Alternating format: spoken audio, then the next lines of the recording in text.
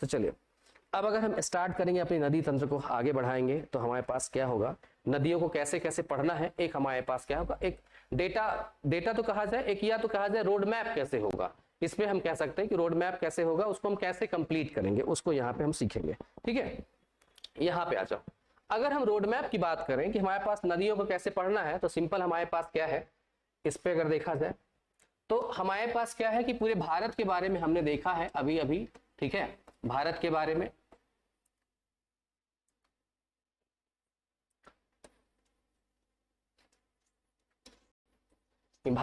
अगर हमने यहाँ पे देखा हुआ है तो इसमें अगर देखें हमारे पास थोड़ा टेढ़ा बना हुआ है, कोई बात नहीं। यहाँ पे अगर देखा जाए तो हमने देखा है कि हमारे पास, अब देखो जिनको पहली बार पढ़े हैं उनके साथ थोड़ी समस्या क्या आने लगेगी कि अब मैं जो लोकेशन बताऊंगा उनके लोकेशन उनके दिमाग में नहीं आएगा। ठीक है, तो जो लोग पहले पढ़ चुके हैं उसमें क्या होगा, वहां पे फिर हमारे पास यहाँ पे क्या आ जाएगा, उनके दिमाग में वो चीजें आएंगी जो लोग मैप के बारे में देख चुके हैं पहले। अब अगर हम नदी की बात करें तो आप सब ने क्या किया होगा, यहाँ सबसे पहले हमने पढ़ा है अपने हिमालय वाले भाग को। तो जो लोग मेरे साथ नए जुड़े हैं उनके साथ थोड़ा सा मैं बता दूं, यहाँ पे हिमालय वाला भाग है हमारे पास, हिमालय वाला भाग तो आप सब जानते होंगे। इधर भी हमने देखा कि हमारे पास हिमालय आगे बढ़ता है। इधर अगर देखें तो हमारे पास क्या था भाई, इधर हमारे पास राजस्थान वाला पार्ट है। ये हमारे पास क्या है, प्रायद्वीपीय भारत है और ये उत्तर भारत का मैदान है। फिर इन्हीं प्रायद्वीपीय, इसमें हम देखेंगे हमारे पास पूरे भारत की अगर हम बात करें तो यहाँ पे हमने देखा था हमारे पास पश्चिमी घाट है। तो अब हमारे पास नदी तंत्र दो तरह की हम देखते हैं। एक तो हम क्या करेंगे, इनको अगर 20 से डिवाइड कर दें, 20 से अगर हम बांटते हैं तो हमारे पास क्या आ जाएगा, ये हमारे पास आएगा उत्तर भारत आएगा, ये उत्तर भारत आएगा और एक हमारे पास क्या आएगा, दक्षिण भारत आएगा। ठीक है, तो इस तरह से दो पार्ट में हम क्या कर सकते हैं, इनको डिवाइड कर सकते हैं। उत्तर भारत की नदियां और नीचे क्या हो जाएंगी, दक्षिण भारत की नदियां। और इनका डिवीजन कैसे करेंगे, हमने पहले भी ऑलरेडी पढ़ा है। मान लेते हैं कि हमारे पास यहाँ पे क्या है, विंध्याचल की पहाड़ी है, इसको मान लेते हैं कि ये क्या करेगा, इनको डिवाइड करेगा, बांटेगा, जल विभाजक का काम करेगा। जल विभाजक का मतलब ये हुआ कि ऐसा क्षेत्र या ऐसी कोई चीज जो क्या करे, उत्तर भारत को दक्षिण भारत से क्या करे, या नदी तंत्र को, अगर हम यहाँ पे देखें हमारे पास गंगा नदी बहती है और यहीं पे अगर देखें तो इसकी सहायक नदी कौन सी है, यमुना नदी है। तो इनमें अगर देखें तो उत्तर भारत की नदी तंत्र को दक्षिण भारत की नदी तंत्र को अलग करने वाला जो यहाँ पे है, इसको हम क्या करेंगे, विंध्यन पहाड़ी। ठीक है, विंध्यन पहाड़ी। अब अगर हम देखें तो हमारे पास मान लेते हैं कि दोनों क्या कर रहा है, अलग कर रहा है, तो उत्तर भारत का और दक्षिण भारत के। जब उत्तर भारत और दक्षिण भारत के बारे में हम पढ़ रहे होंगे तो हमारे पास फिर अलग अलग टर्म्स आने स्टार्ट होंगे। अब हमारे पास ये ध्यान देना, अभी मैं इसमें पढ़ाना शुरू करूंगा तो फिर इस पे और अच्छे से एक्सप्लेन हो जाएगा।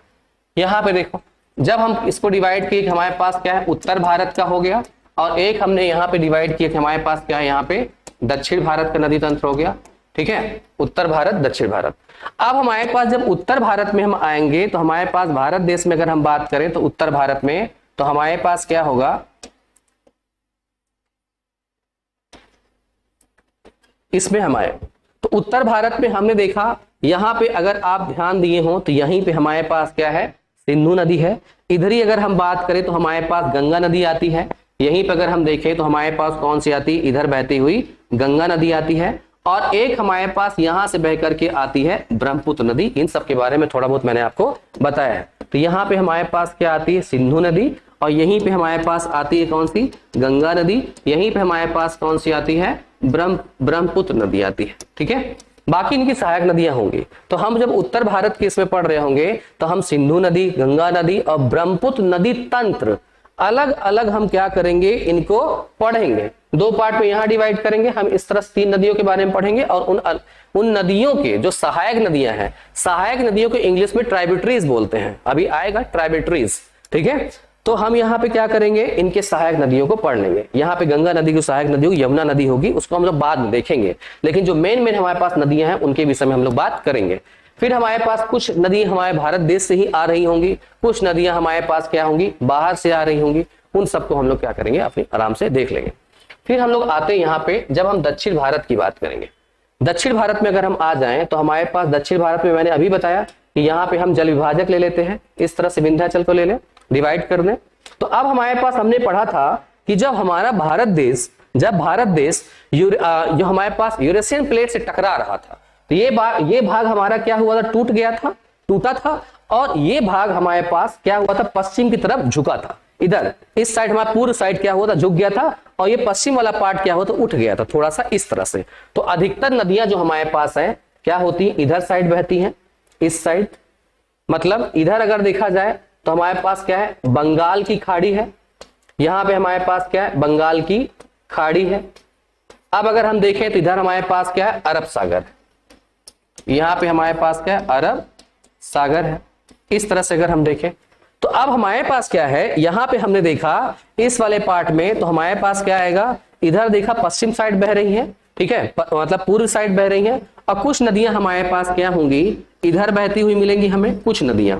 तो यहाँ पे इनको जब हम डिवाइड करेंगे तो हम बोलेंगे अरब सागर में गिरने वाली नदियां, और कुछ नदियां हमारे पास के बंगाल की खाड़ी में गिरने वाली नदियां। या इधर अगर देखें तो हमारे पास क्या है, पूरब की तरफ बहने वाली नदियां, और एक तरफ हम कह देंगे हमारे तरफ पश्चिम, जो जिनका मुहाना पश्चिम में होगा, और जिनका यहाँ पे क्या होगा, पूर्व में होगा। पश्चिम की तरफ जो अगर फैक्ट की बात करें तो हमारे पास जो पश्चिम में गिरने वाली जो नदियां हैं वो डेल्टा नहीं बनाती, वो एस्चुरी बनाती है। एस्चुरी का मतलब सिंपल ये है कि अगर आपके पास, जैसे आपके पास बेड है, बेड जैसे तखत मान लो, तखत से आप डायरेक्ट कूद जाओ, वो क्या है, एस्चुरी है, डायरेक्ट मतलब नीचे गिर गए। और लेकिन अगर सीधी ढलान आपके पास है, आराम से धीरे धीरे उतरो, तो वो हमारे पास क्या हुआ, डेल्टा हुआ। तो डेल्टा में जब आप आराम से नीचे उतरोगे, नदी अगर आराम से उतरेगी तो फैलेगी तो क्या करेगी, अपने साथ जो लाए गए अवसाद हैं उनको क्या करेगी, किनारों पर जमा करना शुरू कर देंगी। लेकिन यहाँ पे एस्चुरी क्या होगी, एस्चुरी वाले पार्ट में क्या करेगी, जमीन को काट करके डायरेक्ट क्या करेगी, समुद्र में मिला देगी। मतलब इधर वाली जो है ये ऊंचाई से गिर रही होंगी, तो यहीं पे क्या होता है, रिफ्ट वैली से गिरती है, ठीक है, घाटी से होकर करके क्या करती है, बहती है ये, ठीक है। तो यहाँ पे इनको भी हम क्या करेंगे, आराम से देखेंगे, और इस तरह से करते हुए हम लोग क्या करेंगे, इसको खत्म कर देंगे, ठीक है। हाँ, जो लोग यहाँ पे कह रहे हैं कि बाकी ब्रह्मपुत्र है, अरब सागर, ताप्ती नदी, नर्मदा नदी, बाकी सब लोग ठीक है। तो चलिए स्टार्ट करते हैं अपने इस पे। अगर हम देखें आगे की तरफ तो हमारे पास यहाँ पे गंगा नदी तंत्र दीवर है हमारे पास। सबसे पहले अगर देखें तो हम लोग को जो देखना है, यहाँ पे हमारे पास रिवर ऑफ इंडिया, भारत की नदियों के बारे में। तो भारत की नदियों के बारे में जब हम दो भाग में इसको डिवाइड करेंगे, दो भाग में बांटेंगे, तो हमारे पास जो नदी तंत्र आएगा उसमें हम लोग अलग अलग पार्ट देख लेते हैं। नदी का अलग अलग पार्ट जो हमारे पास आएगा, कौन कौन सा भाग आएगा उसको देखो। यहाँ पे जब भारतीय नदी की बात कर रहे हैं, जब यहाँ पे हमारे पास भारत की नदी के बारे में बात करेंगे तो उसको हमने क्या किया, दो पार्ट में डिवाइड किया। इधर हमने कहा कि हमारे पास क्या है, उत्तर भारत की नदियां हैं। इधर हम देखें तो हमारे पास क्या है, उत्तर, ये हमारे पास क्या आएगा, उत्तर भारत की नदी, और नीचे हमारे पास क्या है, जो हमारे पास प्रायद्वीपीय भारत है, या उसको हम क्या कह सकते हैं, दक्षिण भारत की नदी। दो भाग में हम क्या करेंगे, उसको बांट देंगे, ठीक है। फिर अब हम क्या करें, जब इसमें आगे चलेंगे हम लोग, जब आगे बढ़ेंगे तो हमारे पास क्या आएगा, ये रहा, ठीक है। इसमें हम जब उत्तर भारत की नदियों के बारे में बात करेंगे तो हमारे पास सबसे पहले कौन सी नदी है, इंडस। इंडस मतलब क्या हुआ, हमारे पास क्या है, सिंधु नदी तंत्र है, सिंधु नदी। फिर हमारे पास कौन सी नदी है, यहाँ पे गंगा नदी। फिर हमारे पास कौन सी नदी है, यहाँ पे ब्रह्मपुत्र नदी है, ठीक है। जब हम लोग यहाँ पे इस साइड आएंगे, अपने प्रायद्वीपीय भारत में आएंगे, दक्षिण में आएंगे, तो हमारे पास क्या आएगा, पश्चिम की ओर बहने वाली नदियां, और हमारे पास क्या आएगा, पूर्व की ओर बहने वाली नदियों के बारे में हम यहाँ पे देखेंगे। तो सबसे पहले जब हम स्टार्ट करेंगे तो अपने हम यहाँ पे आएंगे, इस पार्ट को स्टार्ट करने जा रहे हैं, ठीक है। जब इस भाग में हम आएंगे, इसको स्टार्ट करेंगे, तो हमारे पास क्या है, आगे बढ़े तो हमारे पास सबसे पहले आएगा यहाँ पे सिंधु नदी तंत्र के बारे में आएगा। अब सिंधु नदी तंत्र है, अभी यहाँ पे हम आएंगे, थोड़ा सा हिंदी पे आएंगे हम लोग, ठीक है। लेकिन पहले इसको हम थोड़ा सा इमेज अपना देख लें, या हम यहाँ पे आ सकते हैं इस वाले भाग में, सिंधु नदी तंत्र के बारे में। जब हम सिंधु नदी तंत्र के बारे में आएंगे, ये दिखाई देगा, सिंधु नदी तंत्र के बारे में अगर देखें तो हमारे पास क्या होगा भाई, सिंधु नदी और उसकी सहायक नदियां होंगी अलग अलग, ठीक है। उन्हीं को हम लोग क्या करेंगे, यहाँ पे पढ़ने वाले हैं और देखने वाले हैं, ठीक है। चलो अगर हम लोग आगे बात करें कि अपने इसमें हमको पढ़ना कैसे है, तो सबसे पहले हम क्या करते हैं, इनके बारे में थोड़ा सा देख लेते हैं। ठीक है, अगर हम सबसे पहले बात करें अपने सिंधु नदी की, तो यहां मैं जो इतना बताता जाऊं उतना पढ़ते चलो, उसी से एग्जाम में आपका काम बन जाएगा। ठीक है, चलो ये हमारे पास है, जो आपको दिख रहा होगा, ये हमारे पास सिंधु नदी है। अब इस सिंधु नदी की अगर हम बात करते हैं, तो यहाँ पे जब मैं आपको पढ़ा रहा था, यहाँ पे पीर पंजाल, काराकोरम, पीर पंजाल, लद्दाख, जास्कर, ये मैंने यहाँ पे पहाड़ी अलग अलग पढ़ाई है आप सबको। इसी को जब हम लोग आगे बढ़ाएंगे तो यहीं पे हमारे पास आया था कैलाश पर्वत श्रेणी आई थी। ठीक है, कैलाश पर्वत श्रेणी, यहाँ पे नीलू जायसवाल जी आप वेट करिए, अभी ये क्लियर दिखेगा आपको। ठीक है, जब हम यहाँ पे बात करेंगे तो हमारे पास क्या आया था, कैलाश पर्वत आया था। इसी कैलाश पर्वत में हमारे पास आता है बोखरचू के नाम से, बोखरचू ये नाम है, एरिया क्षेत्र का नाम है, बोखरचू के नाम से। याद क्या कर सकते हो, याद ये कर सकते हो, छोटे पेपर में अगर दे सकते, बहुत अंदर तक नहीं पूछता है, तो सिंपल आपको कहना है, यहां पे सिंपल आपको क्या कहना है कि यहां पे हमारे पास जो सिंधु नदी है, सिंधु नदी का जो उद्गम स्थल है वो क्या है, कैलाश पर्वत है। और कहीं कहीं बुक में लिखा आता है मानसरोवर के पास में लिखा हुआ है। ठीक है, ये भी लिखा होता है। तो आपको सिंपल छोटे पेपर में दे रहे हैं, बहुत हल्का अगर आपसे जीएस पूछा जाता है तो सिंपल हम कह सकते हैं कैलाश पर्वत, और ज्यादा सिंपल कर दे तो कहेंगे मानसरोवर के पास से, लेकिन और थोड़ा डीप में जाए तो हम कहेंगे यहाँ पे बोखरचू के पास। ठीक है, यहाँ पे कहते सिंघी कबाब के नाम से, सिंघी खंबाब, लेकिन उतना मैं आपको डिटेल नहीं पढ़ाऊंगा, अदरवाइज क्या होगा फिर आप ये कंफ्यूज होना शुरू हो जाएंगे, भूलना स्टार्ट कर देंगे। ठीक है, तो यहाँ पे हमें सिंपल क्या रखना है, यहाँ पे कैलाश पर्वत। ठीक है, बाकी जो लोग नीलू जी कह रहे हैं कि मतलब दिख नहीं रहा था, तो अभी आप बताएं कि जो पढ़ा रहा हूं दिख रहा है ना अच्छे से, यहां पे बताइए कि अच्छे से दिख रहा है। चलिए बाकी अगर हम बात करें यहीं से, हाँ युधिष्ठिर सोनकर जी नहीं समझ में आ रहा है, पढ़ जो दिखाई नहीं दे रहा वो कि जो मैं पढ़ा रहा हूं वो स्पष्ट बताइए कि जो मैं पढ़ा रहा हूं वो समझ में नहीं आ रहा है, स्पष्ट बताएंगे तभी मैं आपकी समस्या दूर कर पाऊंगा।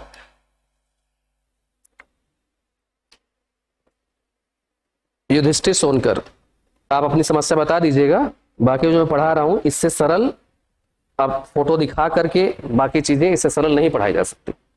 ठीक है,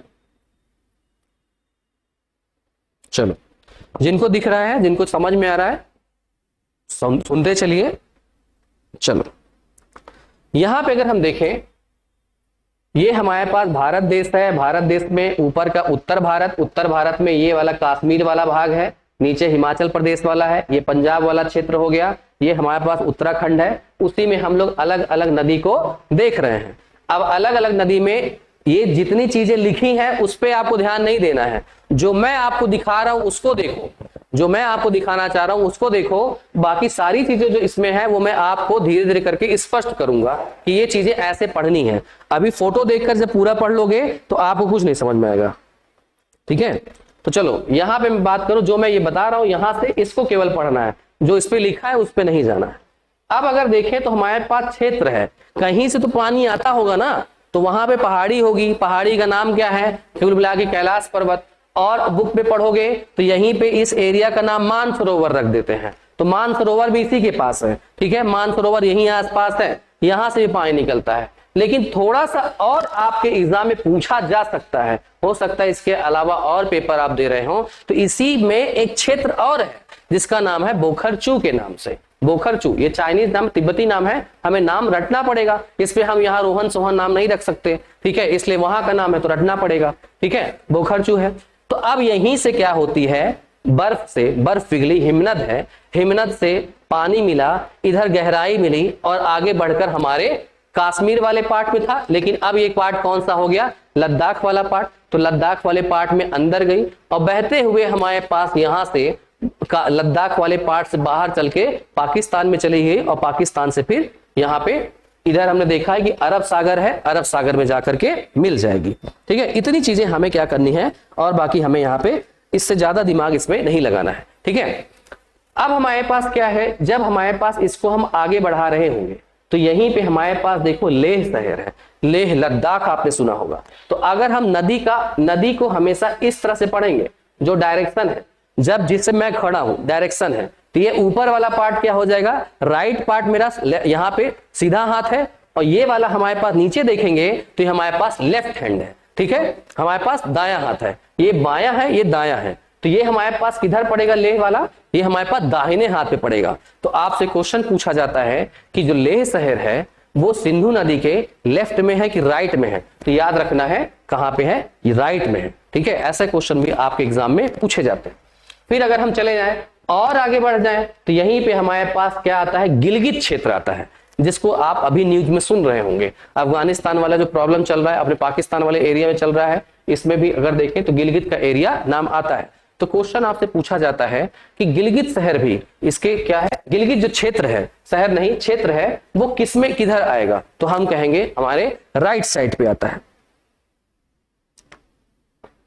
हाँ, इनको अलग अलग आप नाम याद कर सकते हो। तो अब एग्जाम में कैसे ऑप्शंस आएगा, कैलाश आता है कि बोखरचू आता है कि मानसरोवर आता है, उसको टिक करना, तीनों एक साथ नहीं आएंगे, ठीक है। चलो आगे देखा जाए तो इस तरह से हमने इसको देखा कि हमारे पास इसमें चली गई है। अब आते हैं, हम बात करते हैं इनके जो अलग अलग सहायक नदियां हैं उनके विषय में हम बात करेंगे, लेकिन इसमें हम क्या करते हैं, थोड़ा सा इसके बारे में और जान लेते हैं। जैसे यहां पर जब हम आएंगे सिंधु नदी के बारे में पढ़ेंगे, देखिए मैं जो यहाँ पे पढ़ा रहा हूँ थोड़ा शॉर्ट में आपको पढ़ा रहा हूँ क्योंकि आपके एग्जाम के लिए इतना ही काम का है, इससे ज्यादा डीप में जाने के लिए बहुत टाइम चाहिए। एग्जाम को देखते हुए हम यहाँ पे क्या करेंगे, इसको जल्दी जल्दी खत्म करते चलेंगे, बाकी आप लोग डिटेल से कहीं और पढ़ लीजिएगा, लेकिन जितना मैं पढ़ा दूं उससे ज्यादा आपके एग्जाम में आवश्यकता नहीं है। यहाँ पे अगर हम बात करें सिंधु नदी के बारे में तो हमारे पास आया तिब्बत के, देखो यहाँ पे आ गया ना, तिब्बत के मानसरोवर झील से, ठीक है, वहां कैलाश पर्वत के पास मानसरोवर झील, मानसरोवर झील में कहां पे, ये पीछे हमने देख लिया है बोखरचू।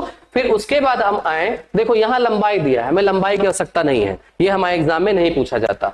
अब आता है जो सिंधु नदी तंत्र है, देखो ये सिंधु नदी की बात केवल नहीं कर रहा, सिंधु नदी तंत्र की बात कर रहा है, और तंत्र जब आएगा तो इसकी सहायक नदियों के विषय में बात करेगा। तो अब आते हैं इसके सहायक नदियां कौन कौन सी हैं, इसके बारे में बात करते हैं। तो प्रिंसी गुप्ता जी, जो मैं बताता जा रहा हूं ये कैसे कैसे क्वेश्चन बनेंगे वही मैं आपको यहां बता रहा हूं, ठीक है, जो बताता जा रहा हूं ऐसे आएंगे क्वेश्चन। सबसे पहले आपसे पूछेगा किस एरिया में, ठीक है, किस एरिया में आते हैं। फिर यहां पे पूछेगा सिंधु नदी तंत्र में इसकी सहायक नदियां कौन कौन सी हैं, निम्नलिखित में से सहायक नदी सिंधु की कौन सी है, ऐसे क्वेश्चंस आते हैं। तो हमारे पास सबसे पहले एक नदी है जिसको हम बोलते हैं श्योक बोलते हैं, ठीक है, इसको आदमी शोक के नाम से याद कर सकता है, लेकिन शोक ना होकर के क्या है, ये श्योक है, ठीक है, श्योक नदी है। तो अगर हम यहां पे बात करें, ये हमारे पास क्या है, श्योक नदी है सबसे पहले। फिर इसके बाद हमारे पास आता है गिलगित आता है, ठीक है, गिलगित क्षेत्र आपने देखा, वहीं से एक नदी बह के आती है हमारे पास, गिलगित आती है। फिर आपने जास्कर पहाड़ी के बारे में सुना होगा, तो वहां से जो नदी निकलती है इसमें मिल जाती है, उसको जास्कर के नाम से जानते हैं। फिर हमारे पास आता है 5 नदियां अलग अलग करके है हमारे पास, जिसको पंचनद के नाम से जानते हैं। तो वो सब कौन सी हैं, चिनाब, रावी, व्यास, झेलम, सतलज, ठीक है। इन सबको हम क्या करते हैं, इकट्ठा अपना देखते हैं।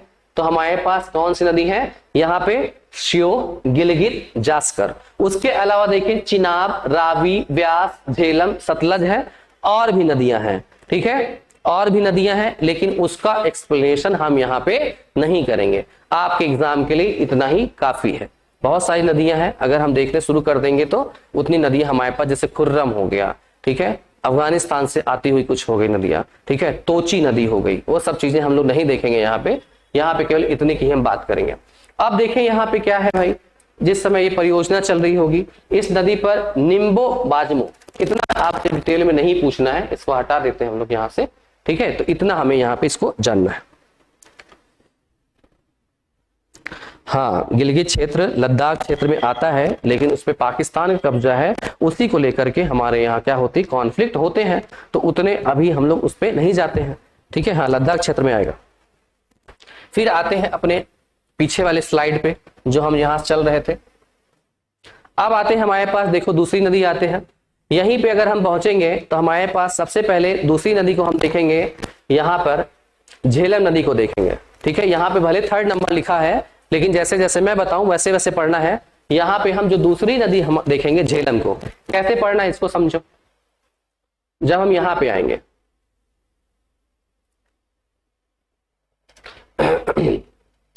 जब यहाँ पे देखेंगे तो हमारे पास इस नदी को देखना है। यहां से ऊपर वाली नदी को हम देख चुके, ये हमारे पास क्या हो गया, झेलम नदी। ठीक है, ये हमारे पास झेलम नदी है। झेलम नदी है। झेलम नदी के अलावा एक नदी और मैं यहाँ पे जिक्र करूंगा जिसको हम चेनाब कहते हैं, तो उसको हम यहाँ पे देख लें, फिर अभी क्यों देख रहे हैं वो पता चल जाएगा। यहाँ पे अगर हम देखें तो हमारे पास एक नदी और आएगी, यहीं से देखें, हाँ दूर रहता दिखाई नहीं देता।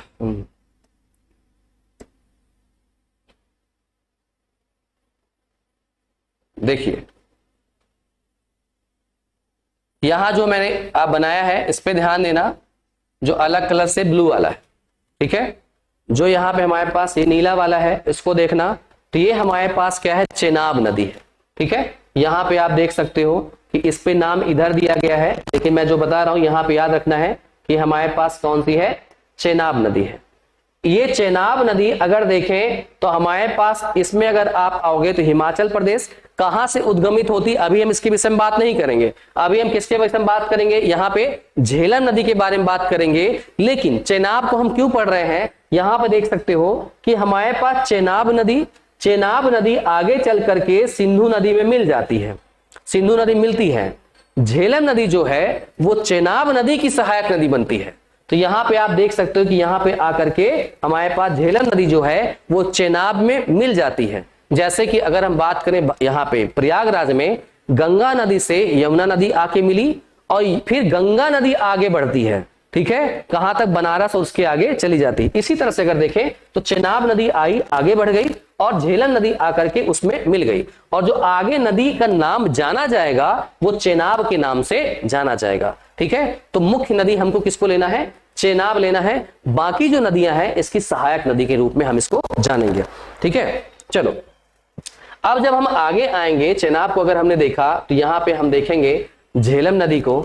जब झेलम नदी को हम देखेंगे तो हमारे पास दिख रहा होगा ये कश्मीर वाला क्षेत्र आपको दिख रहा होगा, तो यहीं पे हमारे पास क्या है, शेषनाग झील है। ठीक है, शेषनाग आप सबने सुना होगा नाग के बारे में, तो शेषनाग झील है। इसी शेषनाग झील को अगर देखें तो यहाँ पे है। शेषनाग झील से आगे अगर चलते आएंगे तो यहीं पे हमारे पास यहाँ पे एक झील और है। ठीक है, जो मैं झील का नाम यहाँ पे इंगित कर रहा हूं, क्या आप झील का नाम बता सकते हैं। यहाँ पे मैंने एक झील का नाम यहाँ पे लिया, शेषनाग के अतिरिक्त अगर देखें मैंने बताया है, अगर यहाँ पे करेवा वाला क्षेत्र था याद करो, तो यहाँ मैंने एक झील का नाम बताया था। उस झील का नाम आप सब में जो पढ़े होंगे यहाँ पे मैसेज करके बताइए कि झील का नाम क्या हो सकता है। ठीक है, फिर यहाँ पे हम देखेंगे तो कश्मीर घाटी से आगे बढ़ता हुआ ये चला जाएगा पाकिस्तान में, और पाकिस्तान में जाकर के यहाँ पे चेनाब नदी से मिल जाएगा। ठीक है, चलिए आगे बढ़ते हम लोग।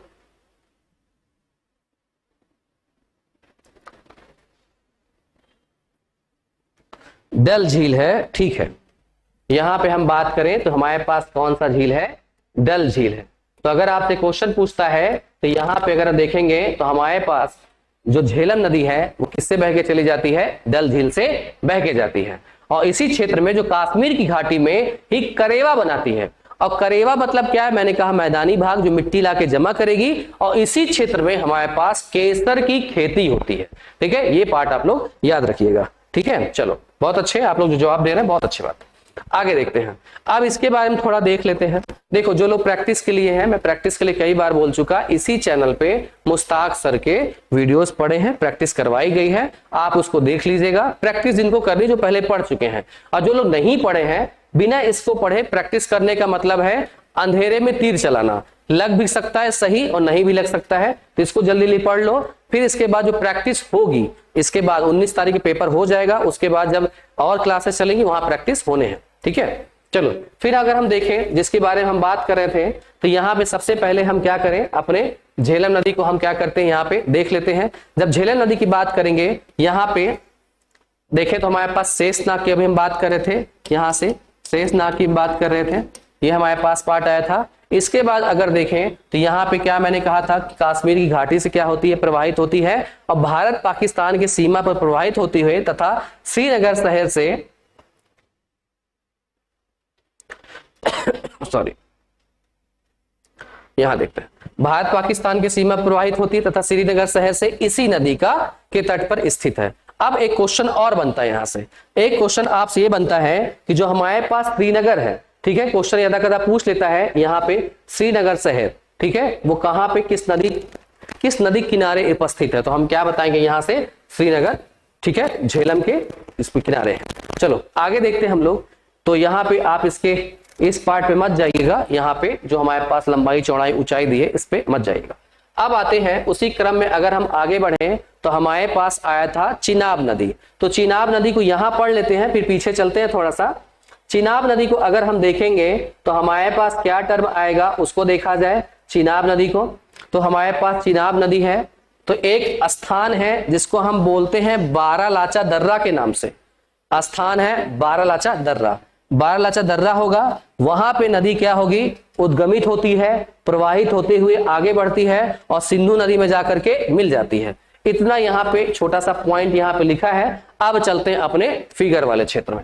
यहाँ पे अगर देखें तो हमारे पास जो इमेज है, यहाँ मैंने ऑलरेडी आपको बता दिया था पहले ही कि हमारे पास जो पार्ट रहा है ये वाला, जिसमें हमने कहा था कि हमारे पास क्या चिनाब नदी है, यही चिनाब नदी आगे बढ़ करके क्या हुई, इस तरह से हमारे पास मिल जाती है और ऊपर से आती हुई जो झेलम नदी इसकी सहायक नदी बनती है और ये हमारे पास क्या होती है, सिंधु नदी तो सबसे आगे बढ़ जाती है और यहाँ पे चिनाब नदी इसकी सहायक नदी बन जाती है। ठीक है, अब अगर देखें तो हमारे पास इसी में बात करें, इसी में हम देखें तो यहीं पे हमारे पास क्या था, बारालाचा दर्रा है और बारालाचा दर्रे से ही क्या होती है, इसका उद्गमित होती है। ठीक है, चलो आगे बढ़ते हैं, आगे बढ़ा जाए, आगे देखते हैं। अब हम जब आगे बढ़ेंगे अपने चेनाब से, देखो हमने क्या किया, इस वाली नदी को कंप्लीट कर लिया, इस वाली नदी को कंप्लीट कर लिया, इसको हमने क्या किया, कंप्लीट किया हुआ है। अब आते हैं अपने पास, इस नदी को देखते हैं यहां पर। जब हम इस नदी को यहां से देखेंगे, इस नदी को आगे बढ़ा करके फिर इधर ले जाते हैं। ठीक है, अब हमारे पास सबसे पहले क्या आई थी, सिंधु नदी आई थी, फिर हमारे पास झेलम नदी आया था, फिर हमारे पास चेनाब नदी आया। अब हमारे पास यहां पे आएगा रावी नदी के नाम से, रावी नदी। तो अभी हमने देखा था यहां से, अभी हमने देखा था कि हमारे पास जो चेनाब नदी है, चेनाब नदी है ऐसे निकलती हुई आई और आगे बढ़ गई थी, ये आगे बढ़ी थी हमारे पास।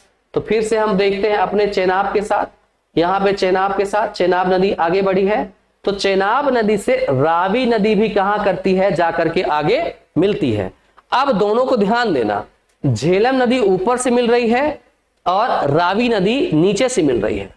झेलम नदी ऊपर से मिल रही है और यहां पे रावी नदी नीचे से मिल रही है। दोनों में अगर हम देखेंगे तो झेलम यहीं पे रुक जा रही है और रावी जाकर के थोड़ा सा आगे मिल रही है। तो आपसे क्वेश्चन पूछता है कि सबसे पहले कौन सी नदी मिली है, तो हम देखेंगे वहां पे झेलम, उसके बाद जाके चेनाब मिलती है। इधर अगर हम चेनाब से बात करें तो ऊपर हमारा क्या होगा, दाहिना हाथ, नीचे होगा बायां हाथ। तो दाहिने तरफ से झेलम आके चेनाब से मिली है और बाएं तरफ से आकर के रावी नदी किससे मिली है, चेनाब से मिली है।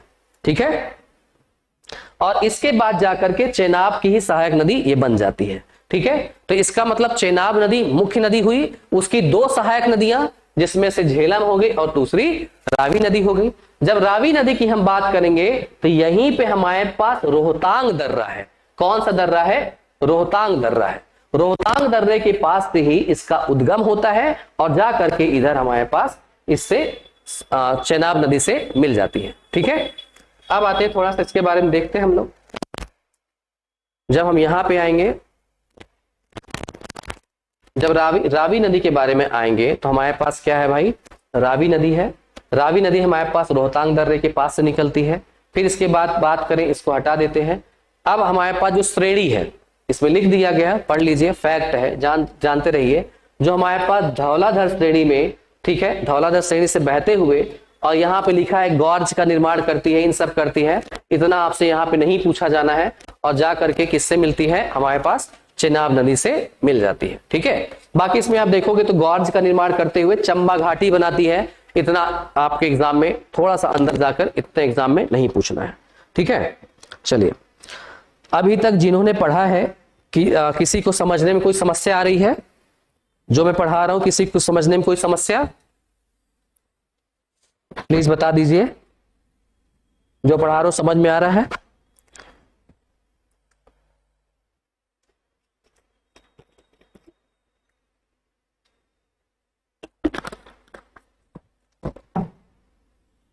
चलिए आगे देखते हैं, आप लोग बताते रहिएगा। किसी कुछ समस्या हो भाई प्लीज बता दीजिएगा। आगे देखा जाए तो फिर हम आते हैं अपने नेक्स्ट उस पे। अब हम कहां पे आएंगे, देखो रावी नदी पे आ गए, फिर हम आते हैं व्यास पे, फिर एक हमारे पास आता है सतलज। यहां पे देखो बहुत अच्छे समझना है, क्योंकि अगर नहीं समझे तो यही चीज आपको रुलाती है एग्जाम में, और यही आपको परेशान करता है, और आप एग्जाम में क्वेश्चन अपने गलत करके चले आते हैं। तो अभी तक हमने देखा अपने पास इंडस मतलब सिंधु नदी को देखा हमने, सिंधु नदी को, फिर हमने देखा झेलम नदी को, फिर हमने देखा चेनाब नदी को, फिर हमने देखा रावी नदी को। अब जो हम देखने जा रहे हैं यहां पे हम देखेंगे ब्यास नदी को। ठीक है, ब्यास को बी से भी लोग लिखते हैं, ब्यास नदी।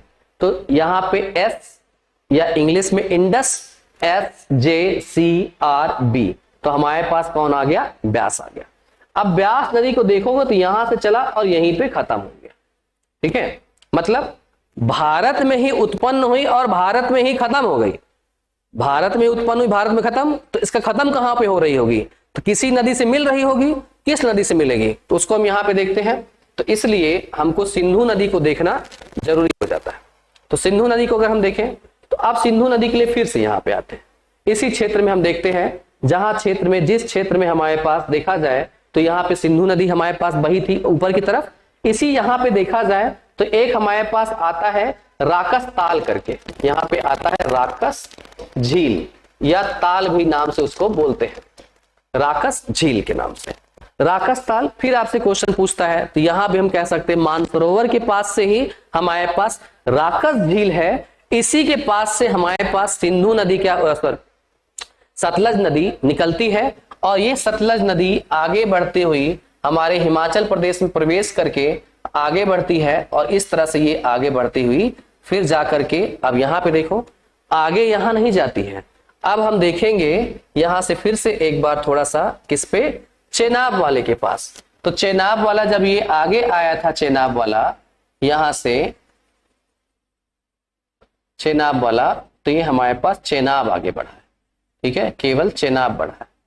तो अब आता है क्वेश्चन यहां से कि हमारे पास जो सतलज नदी है आगे बढ़ती हुई तो आई, लेकिन चेनाब की सहायक नदी बनती है, ना कि जाकर सिंधु नदी में खुद जाके मिलती है। तो इसका मतलब है चेनाब नदी हमारे पास यहाँ पे सबसे इंपॉर्टेंट, बाकी इसकी वहां पे झेलम, रावी ये सब और सतलज इसकी क्या है, सहायक नदी है।